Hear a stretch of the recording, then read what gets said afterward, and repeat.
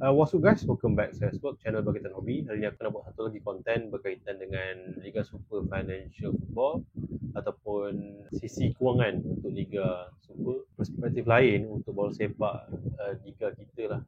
So, aku pakai baju Kelantan. So, maybe you guess it, aku nak buat konten kali ini berkaitan dengan tim dari Pantai Timur, iaitu dua tim dari Kelantan, Darul Naim lah. First of all, pada mereka yang baru pada channel ni, minta korang subscribe sikit, like, comment and share, bagi up sikit konten kali ni. Aku ada juga plan kalau konten seumpama ni naik, bolehlah aku buat podcast. Siri podcast, dapatkan lagi seorang partner, kemudian boleh buat podcast lah. Tapi so far, beberapa minggu ni aku cuba konsisten, every Friday atau every Thursday aku cuba upload satu video berkaitan dengan financial football di liga kita lah, ataupun apa-apa isu yang berkaitan lah, sebab aku nak buat sisi lain untuk liga kita. Kurangkan bercakap tentang performance semata-mata lah, lagi-lagi bila cakap taktikal, pemain dan lain-lain. Dan kita dah tahu dah benda-benda tu ramai peminat akan bercakap mengenainya lah. So kita nak bercakap pasal financial. Season ni dua tim dari Kelantan masing-masing dapat bermain di Liga Super lah. Ini sebab tahun ni ada rombakan format Liga, tiada Liga Perdana atau Premier League lagi. Jadi kedua-dua tim dapat pergi ke Liga Super lah. Tapi tim yang aku pakai baju ni iaitu Kelantan FC The Red Warrior, yang artinya naik secara merit sebenarnya. Mereka finish first runner up atau finish tempat kedua season lepas dan patutnya layak secara automatik lah ke Liga Super.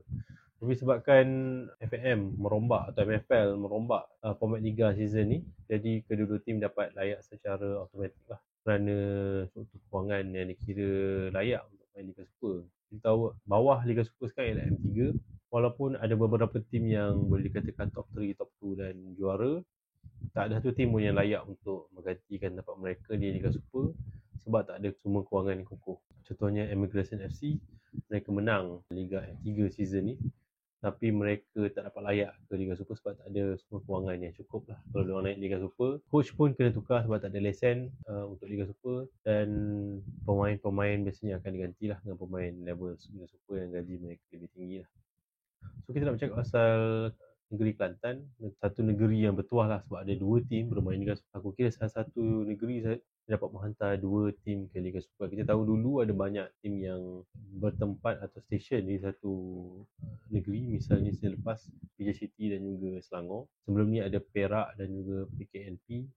Kemudian ada juga PKNS di Selangor. Tapi sejak restructure format Liga atau format FA dalam Liga kita, terutama bila dilakukan oleh Johor pada 10 tahun yang lepas atau 11 tahun yang lepas, jadi Johor 1 dan Johor 2, Perak 1 jadi Perak 2, dan Selangor juga buat benda yang sama, PNS menjadi Selangor 2 dan Selangor FA menjadi Selangor FC 1 lah. Dan rata-rata kelab tak boleh nak ada dua tim untuk satu negeri.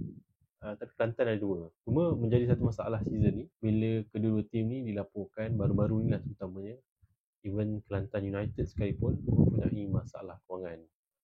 Dua tim dari Kelantan iaitu pertama ialah TRW Kelantan FC dan juga Kelantan United FC. Dua-dua ada tunggakan gaji lah. Kita tahu TRW ni memang tahun ni memang meletup lah kisah pasal tunggakan gaji, player keluar secara mengejut.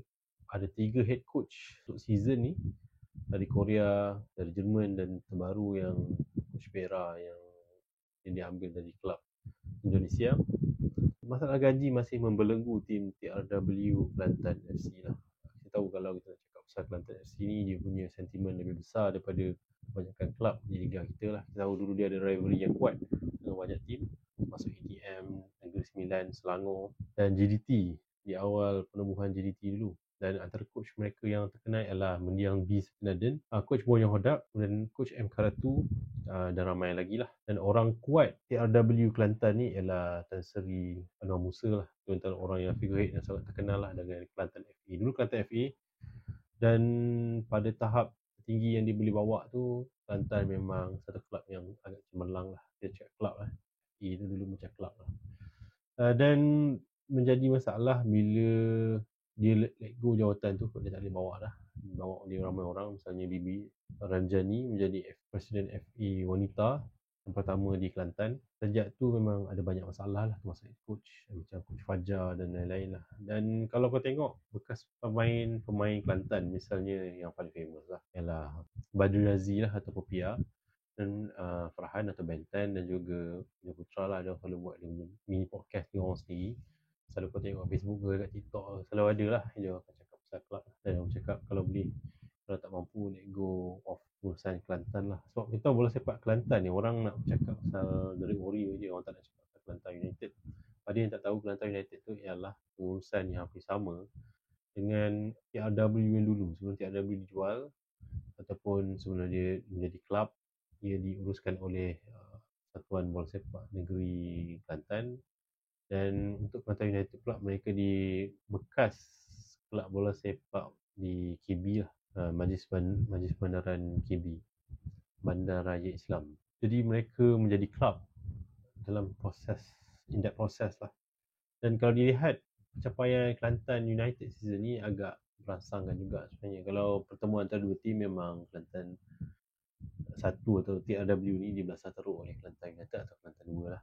Tapi sebab pemain-pemain Kelantan TRW kebanyakan yang pemain yang mula-mula berada dalam senarai asal mereka, banyak dah keluar kerana gaji tak dibayar lah. Jadi kita back to our question lah, apa yang jadi dengan bola sepak Kelantan. Memandangkan ini adalah nombor emas lah. Kita tahu kebanyakan orang yang nak masuk dalam bola sepak Kelantan ni mencari peluang. Misalnya dulu Datuk Vida, dia pun baru-baru ni, tengah tahun-tahun ni berminat nak dapatkan balik Kelantan FC ni, tapi tak nak bayar 10 juta ataupun lebih yang sepatutnya harga diletakkan oleh Zam Saham lah. Okey, eloklah aku mulakan kronologi Kelantan FAFC ni daripada beberapa tahun yang sudah lepas, terutamanya di era Tan Sri Anwar Musa lah. Tan Anwar Musa ni bagi aku dia bapa pembangunan bola sepak Kelantan. Dulu satu masa Kelantan satu-satunya state yang bermain di Liga FM atau FM Cup lah. Dan tahun 2007 ke 2010 ialah penggal pertama Tan Sri Anwar Musa. Jadi dia bawa banyak perubahan lah. Yang paling ketarik adalah logo ni, TRW ni. Aku rasa menarik kat logo ni. Dan baju ni adalah mereka 10 tahun lepas. Aku antara yang suka kit ni. Dia nama Warrior, dibuat in-house brand lah. Dan inilah sepatutnya model jersey liga kita. Setiap local brand boleh menghasilkan jersey yang menarik lah. Even kalau yang brand import sekalipun, brand luar sekalipun, boleh menghasilkan jersey yang macam ni lah. Dia ada ciri-ciri kemasan dan ketelitian yang tinggi lah. Dan untuk cakap pasal bola sepak Kelantan ni, diorang memang banyak ride finals lah, pergi ke final after finals. Dan even AFC Cup sebelum Johor pergi ke final AFC Cup Kelantan, antara tim yang pertama pergi ke sukuk akhir Piala AFC Cup lah. Ini cerita 12 tahun 2012 dulu, Kelantan ni bawa Boyan Hodak lah. Dan Boyan Hodak memang orang yang memang ada mission nak pergi ke Piala akhir AFC Cup, dan dia berjaya pergi dengan KL kan. Dan kita tahu lepas tu JDT mengambil Boyan Hodak menjadi head coach diorang dan bawa silverware pertama untuk JDT lah. Dan beberapa player macam Syahri, macam Awen, Mak Yu ialah core dalam tim Kelantan ni yang berhijrah ke JDT sendiri lah. Aku ingat dulu masa tahun 2008, 2009 macam tu, Mak Yu pakai kereta Volkswagen Passat lah. So aku agak terkejut lah, main bola pun boleh pakai kereta mewah lah zaman tu. Aku masih muda lagi. Dan zaman dah berubah, sekarang rata-rata main bola memang pakai kereta mewah sebab gaji dia orang tinggi. Dan kalau dilihat balik, apakah resepi kejayaan Kelantan dulu, bagi aku ialah kerana di Kelantan ni diorang tak ada lesen hiburan sangat. Lesen hiburan agak ketat dan susah nak lepaskan lah. Misalnya tak ada program di Kelantan. Jadi bola sepak ialah hiburan terbesar untuk orang lokal lah, kebanyakan orang lokal lah. Dan memang sepatutnya mana-mana badan yang berminat dapat Kelantan sebagai sebuah kelab patut capitalize this market lah, ataupun financial opportunity lah. So ini yang kita nak cakap kan. Kalau kita lihat lepas Tan Sri Anwar Musa tu, banyak head coach yang hebat aku cakap tadi. Dan brand diorang ni, brand Warrior ni, antara brand yang aku kira agak estetik. Aku ingat dulu aku ada kawan, roommate aku tak silap, dia pergi ke Kuala Lumpur semata-mata nak dapatkan baju brand Warrior ni lah. Duduk di Shah Alam tak silap aku, dan dia pergi KL macam tu. Dia kata dia baru dapatkan baju Warrior lah. So masa tu kita tak tahu what is the big buzz about the brand.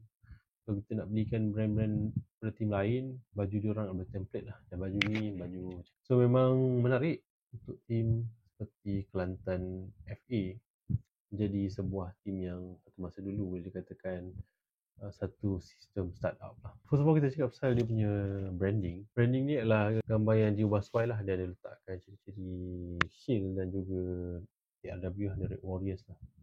Dan bagi aku itu agak genius lah siapa yang design extension of his logo lah. Lepas tu logo KFA yang lama dia lebih kepada sang kijang melompat dan tulis Kelantan FA. Tapi bila dia ubah Y, dia membuatkan logo Kelantan TRW ni menjadi satu brand yang kuat lah. TRW, The Red Warriors. Dan aku agak ralat lah. Di era moden bola sepak kita, memang kita nak asingkan FA dan FC lah. Aku tak apa-apa faham kenapa kena ada FA tu sebenarnya. FA tu yang patut dihapuskan. Sebab kalau tak Jerman misalnya, tak ada pun FA Frankfurt ke, FA Bayern ke, cuma ada DFP ataupun FAM versi diorang lah, badan induk pada national team ataupun bangunan tim secara grassroots lah. Dia orang akan buat cawangan dan cari player yang tertentu untuk dilatih. Tapi di liga kita, FA dan FC ni diasingkan dan dalam tempoh 100 tahun bola sepak kita, boleh dikatakan majoriti 80-90 tahun tu berdasarkan atau berkisarkan FA lah. Jadi bola sepak tu sepatutnya boleh hidup dengan FA. Misalnya AC Milan tu pun sebenarnya FA sebenarnya. FA Milan sebenarnya ialah Calcio Association Milan lah sebenarnya, dan Calcio tu bola sepak, FA tu Association tu Association lah. Jadi persatuan bola sepak Milan tu itulah AC Milan.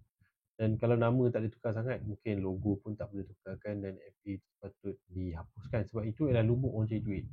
Sebab itu kita akan bercakap pasal Kelantan FC ni. Kelantan United ni aku tak berapa nak bercakap sebab kebanyakan orang Kelantan pun tak ada sentimen sangat. Dia orang akan menganggap itu tim kedua untuk di-support. Dia orang panggil tim hijau-hijau. Tapi tak ada apa sangat nak dicakapkan kalau tengok daripada cara dia orang present themselves, lebih kurang macam Kelantan FC. Cuma ditukar warna ada hijau dan warna merah lah. Kelantan FC ni yang lebih mendapat minat bola sepak di Kelantan lah.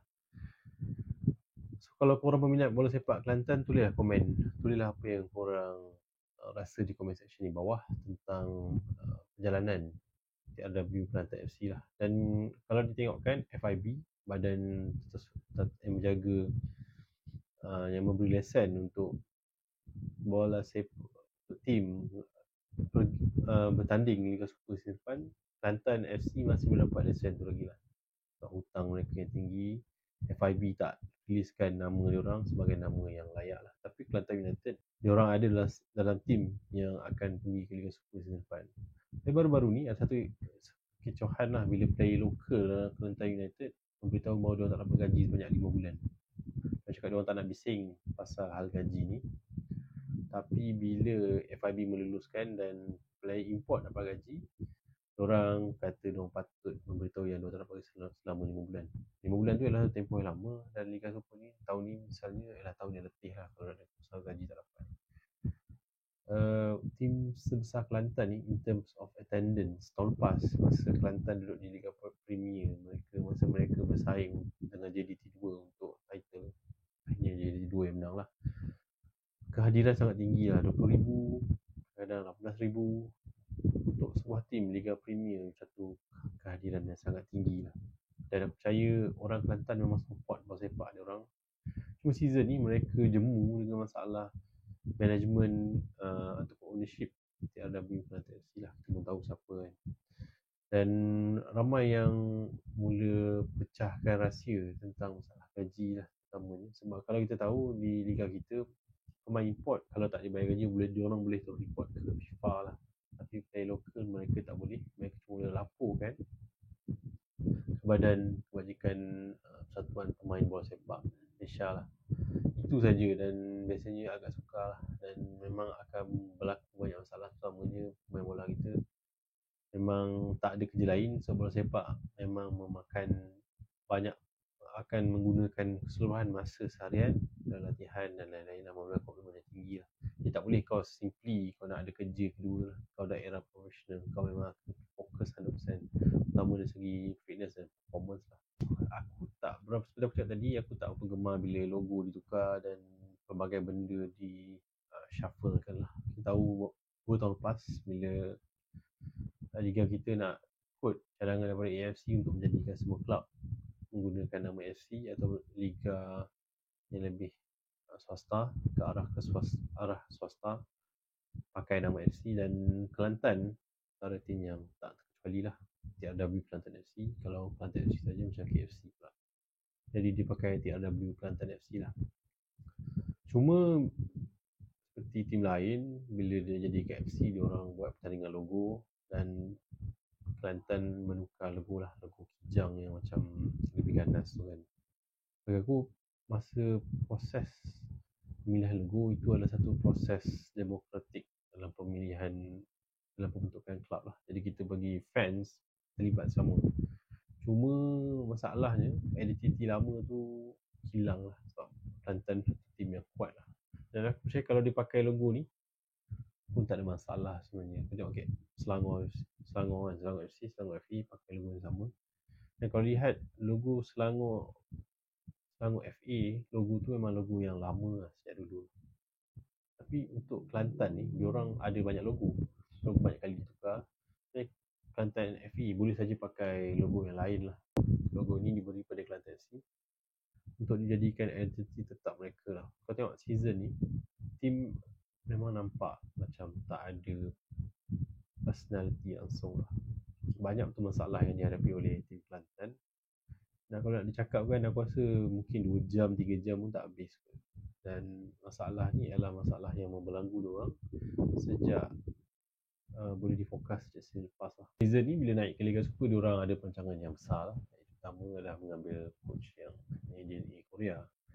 Kemudian ada banyak masalah melibatkan ejen dia, banyak benda yang dikomplainkan dan disebarkan di media sosial. Benda ni dibawa ke FIFA lah, dan digantikan dengan coach Jerman. Dan sekarang ialah coach juga coach luar juga. Tapi nampaknya masalah tu tak selesai, sebab kalau ia tidak dirancang dengan baik, memang tim akan mengalami masalah lah. Kita bercakap dalam banyak beberapa season lepas, sebuah tim tu kena merancang bajet tahun ni pada tahun lepas. Jadi duit memang kena ada daripada tahun lepas. Manakala usahawan di negara kita ni kebanyakannya merancang duit berpandukan dengan modal pusingan lah. Jadi kalau kau ada keuntungan, kau bawa ke seterusnya. Cara begini yang membuat masalah kalau untung tu sikit. Jadi bila untung tak dapat kali ganda dengan kadar ekonomi yang tak terlalu baik tahun ni, memang masalah nak bayar gaji ni menjadi isu yang besar. Aku pun susah nak cakap. Tapi masalah tu mungkin dapat dibendung kalau Kelantan FC season ni ataupun season depan sekalipun dia ambil beberapa action measure yang baik. Baru-baru ni owner untuk Kelantan TRW ialah saham lah, semua sedia maklumkan, dan dia sekarang dah agak senyap di media sosial lah. Baru-baru ni ada juga orang leak kan gambar dia menghadiri mesyuarat antara kelab-kelab dalam Liga Super lah. Masalah aku tengoklah macam mana kenapa TRW Kelantan season ni adalah ownership ataupun owner tu meletakkan semua syarikatnya dalam satu basket dengan harapan ia memberikan market boost lah, terutama di Pantai Timur lah. Terutamanya dalam kau tengok apa yang diiklankan, semua syarikat yang dia usahakan, syarikat beras dia, syarikat hotel dia, syarikat kopi dia, syarikat saham dia dan lain-lain lah. Jadi agak sukar untuk engkau boleh capitalize lah. Kalau let's say satu cabang bisnes tak berjaya, macam mana nak ada modal yang pusingan lebih banyak lah. Dan pastinya keuntungan kalau salah satu company tak berjaya, duit syarikat induk daripada syarikat yang sama ni akan berlega antara syarikat yang kita cakap gali lubang tutup lubang lah. Berbeza dengan kelab bola lain, mereka mencari partner yang berbeza-beza lah. Jadi kalau ada partner berbeza-beza, kalau mereka memberikan nilai tajakan yang tinggi, sekurang-kurangnya duit tu boleh digunakan persen untuk bangunan tim lah. Cuma yang menjadi masalah harus kita bincangkan lah, yang aku nak cakap ialah kenapa harga tim Kelantan FC ni dia mahal sangat. Itu persoalan aku lah. Kumulatif figure yang dikeluarkan oleh Zam Saham atau bawah Zam ke ataupun ada panggil Zambual ke apa. Duit dia yang digunakan telah mencapai lebih kurang 10 juta lah. Ini menurut dia lah. Dia keluarkan dekat 3 juta untuk beli klub dan 3 juta untuk bayar duit hutang lah, hutang player terdahulu lah. Jadi memang agak sukar lah. Kenapa tim macam Kelantan FC harga ni sampai 10 juta? Apakah nilai 10 juta tu? Adakah yang nak katakan figure itu diletakkan sebab harga pemain di transfermarket.com letakkan contohnya anggaran player, ataupun ada prasarana dan aset yang Kelantan FA sediakan dalam deal tersebut? Yang kita tahu tak ada lah sebenarnya. Dan untuk Kelantan FC ni, diorang dah lama lah cakap lah nak beli tanah nak buat training ground. Dulu pernah ada perasmian tanah, macam tanah nak buat stadium pun tak ada juga.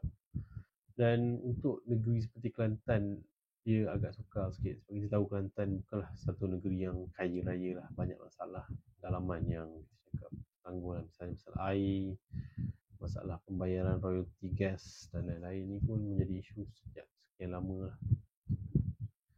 Dan kita harus bersimpati sikit lah, peminat-peminat Kelantan ni, diorang antara peminat yang kira agak passionate lah, sangat passionate. Diorang memang sangat berbelanja untuk tim. Dan apa yang diorang dapat tu patutnya tak setimpal lah. Kita tahu tahun ni masalah baju brand 93 Sport, ada yang tak dapat baju, ada kualiti yang tak baik. Dan beberapa season juga macam tu, pre-order misalnya, masalah-masalah ni aku pun tak sure kenapa ia masih berlarutan di era sekarang. Kita lihat, boleh je Kelantan ambil syarikat yang renowned brand, bayar deal yang tinggi, kemudian beri keuntungan win-win lah. Kita tahu macam Negeri Sembilan dia saing dengan Kelmi, satu brand yang astute. Selangor dengan Joma, satu brand yang astute, brand yang besar. Deal diorang dengan brand-brand ni pun besar juga. Satu season dibayar 700-800 ribu. Dan kalau Kelantan dapat, dia seumpama tu macam win-win lah, dapat duit cash dan baju dapat di bekalkan, memandangkan orang Kelantan ni memang kata a good market lah, diorang support tim diorang. Boleh kata lubuk juga untuk owner sebenarnya, tapi susah nak dikatakan macam mana keadaan sebenar. Bila tak bayar gaji, dia lagi dikeluhkan lah. Jadi season ni nampaknya peminat dia orang sangat kecewa lah. Ada yang boycott lah. Dan walaupun dia boycott kehadiran untuk tim bercorot liga iaitu Kelantan TRWFC, mencatat angka yang besar juga lah. Rata dia orang 2,000 lebih juga yang datang. Ini tim yang tengah struggle. Kalau dia orang di paras yang tertinggi, aku rasa boleh dapat 10,000 tak ada masalah, average setiap minggu. Dan kalau dilihat macam ni, season depan aku tak tahu sama adakah ada lagi tak tim TRW Kelantan FC, ataupun lepas ni dibubarkan atau main Liga M3 saja, ataupun main Liga Don pun tak apalah. Cuma seperti aku cakap tadi, kenapa nilai untuk Kelantan FC, Kelantan ni terlampau mahal. Kalau kita jual dengan harga 7 juta, apakah aset yang disertakan? Kalau pemain tu adalah aset, berapa pemain nilai pasaran pemain tu dapat dijual? Lihat Selangor dulu, masa nak jadi FC, modal awal ialah 10 juta juga. Tapi kalau kita lihat macam mana Hazwan Bakri misalnya, dia jual ke Johor dengan nilai yang tinggi. Syami Syafari misalnya pindah ke JDT pun undisclosed, tapi nilai yang tinggi menurut CEO Selangor. Pemain Selangor yang lepas misalnya Syafiq Rahim, Amir Hadi dan lain-lain, diorang pergi ke Johor pun dengan nilai tinggi. Itu kita lihat, kalau tim tu bernilai 10 juta, apakah keuntungan kepada ownership lah. Adakah owner mengeluarkan duit dengan pasaran begitu, dengan nilai premium kita cakap, tapi pulangannya agak rendah? Apa jaminan yang diorang dapat lah? Let's say sekarang ni nak jual tim Kelantan FC, kalau ada owner yang baru nak laburkan sampai 10 juta, 15 juta, apakah garanti diorang boleh survive? Kalau diorang nak keluar duit banyak, macam mana diorang nak rolling balik duit tu? Mustahil diorang dapat jual pemain-pemain dan dapat nilai yang sama lah. Nilai ni macam diapungkan lah, lebih kepada memberitahu yang orang Kelantan ni orang support business owner yang baru. Dan akhirnya masalah tak selesai. Terlihat lepas Tan Sri Anwar Musa memang banyak juga ownership yang lain ataupun Presiden FA yang lain, tapi semua tak berjaya lah dapat market capitalization. Itu diorang tak boleh nak break even sebab lebih kepada nak mengiklankan produk masing-masing lah. Season ni aku rasa kemuncak dia lah, puncak untuk beberapa season ni. Dah lama tak dengar masalah dalam Kelantan FC atau Kelantan FA. Season ni memang boleh katakan antara season yang teruk lah untuk Kelantan FA. Dan kalau ada ownership baru, takkan ownership baru nak bayar 10 juta lagi, dan mana nak dapat duit rolling? Apakah penyelesaian ni? Kau tengok macam adakah legend-legend Kelantan yang dulu macam Pia and Gang patut beli saham dalam Kelantan, kemudian orang boleh menjadi board of director lah. Dia tahu macam mana legend-legend kelab luar, dia orang buat konsortium mencari orang kaya ataupun ahli politik yang kaya, kerjasama dan membuat satu kumpulan lah. Jadi diorang sebagai bekas pemain bola menjadi manajemen lah untuk tim yang baru. Kalau diorang ada beberapa juta, diorang kumpulkan dan cari lagi orang yang lebih kaya. Misalnya di Kelantan ada beberapa season MP, misalnya Kuli, Tengku Razali, Mustafa, Tan Sri Mustafa. Kemudian ada beberapa ahli parlimen yang muda, misalnya Wan Faisal, kononnya orang yang ada potensi. Mungkin dia orang boleh keluar small sikit duit dan dengan membangun Kelantan boleh memberi impact lah kepada karier politik masing-masing lah. So susah nak cakap macam mana Kelantan boleh survive lah. Adakah sekadar mengharapkan miracle ataupun boleh buat style menjadikan kelab Kelantan kelab bola sepak yang bersifat ownership awam lah, iaitu mengumpul dana orang ramai membeli kelab dengan nilai 10-15 juta tu lah.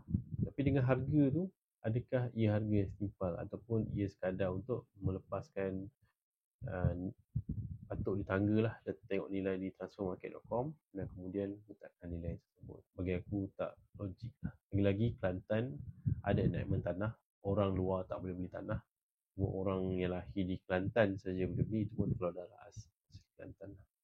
Terus kan punya konten pendek tentang bola sepak Kelantan lah. Apa pendapat korang tulis di komen section bawah. Jangan lupa untuk like, comment dan share. Aku masih nak grow channel ni, dan yang paling penting